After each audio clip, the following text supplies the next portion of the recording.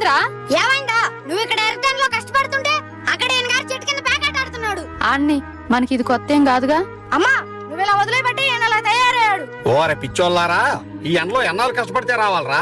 నేను బాగా పేకాటాడి అమ్మకి 30 కేజీ వడ్డానని చెప్పిస్తా చూడండి. నాకు మొలతాడు కొనడం చేత కాలేదు కానీ భార్యకి వడ్డానని చెప్పిస్తాడంట. నాకు ఇంకా టైం రాలేదురా, వస్తేనా అందరు డబ్బులు నేనే గెలుచుకుంటా. నీకు టైం వచ్చేదేమో కానీ నీ వల్ల అందరం కలిసి తాండ్రమ్ముకునే రోజులు వస్తాయి అనిపిస్తుంది. మర్యాదగా అమ్మతో పాటు నువ్వు కూడా పని చేయి. నేనా పనా? వదిలేయండిరా, నా జాతకం ఇంతే అనుకుంటాను. అలా అన్నావు బాగుంది. నాన్న కష్టపడుతున్నా నీ భార్యను సిగ్గు లేకుండా నువ్వు వదిలేసిపోతావేమో. మా తల్లిని మేము వదిలేసిపోవు.